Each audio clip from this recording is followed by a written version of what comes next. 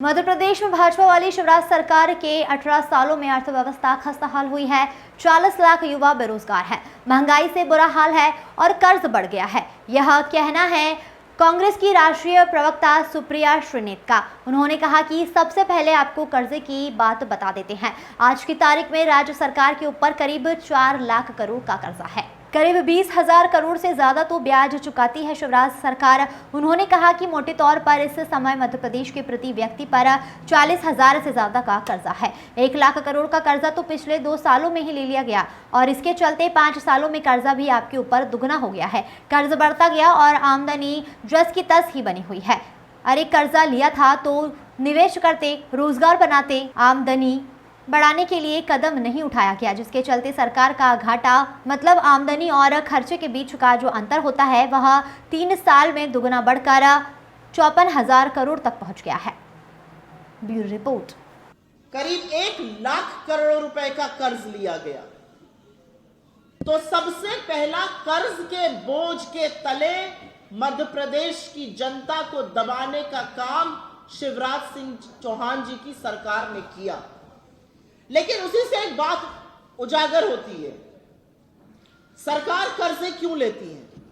सरकार कर्जे लेती है कल कारखाने बनाने के लिए, निवेश करने के लिए, नौकरियों का सृजन करने के लिए।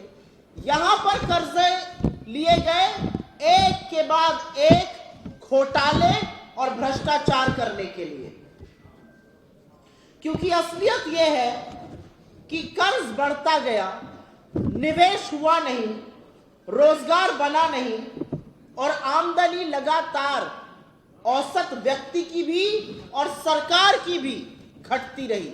और ये मेरा दूसरा पॉइंट है यहां पर कि आमदनी अठन्नी और खर्चा रुपया के चलते आपने अपनी आमदनी नहीं बढ़ाई, क्योंकि आपने कल कारखाने नहीं लगाए, कोई इंडस्ट्री नहीं लगाई, कोई बड़े उद्योग घरानों को यहां पे इन्वेस्ट नहीं कराया, जिसके चलते आपकी आमदनी जस की तस रही, आपने खर्चा बढ़ाया और जो उनका अंतर होता है, जो वित्तीय घाटा होता है, वो तिगुना हो गया महज 3 साल में। 18,000 करोड़ रुपए होता था वित्तीय वर्ष 2021 में, आज की तारीख में वो 54,000 करोड़ रुपए क्रॉस कर गया। तो कर्ज भी बढ़ाया और घाटा भी बढ़ाया, क्योंकि आमदनी आपकी जस की तस रही, आपने उसके बारे में कुछ नहीं किया।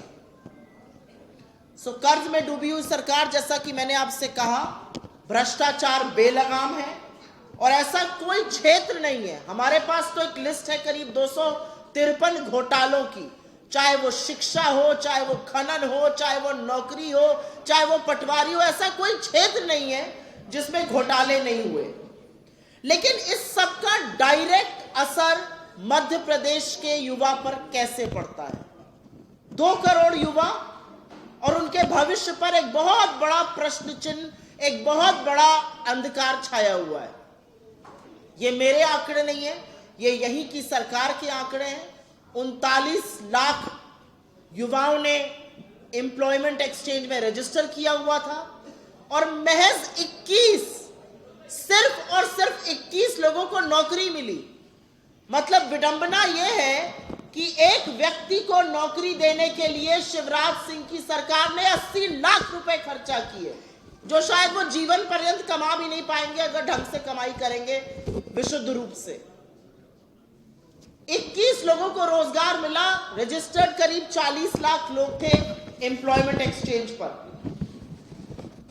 नौकरी ना मिलने का क्या कारण है? सबसे बड़ा कारण है कि सरकार के पद रिक्त पड़े हुए हैं, उनकी भर्ती नहीं की जा रही है। भर्ती क्यों नहीं की जा रही है, इसका जवाब शिवराज सिंह के 18 साल ही दे सकते हैं।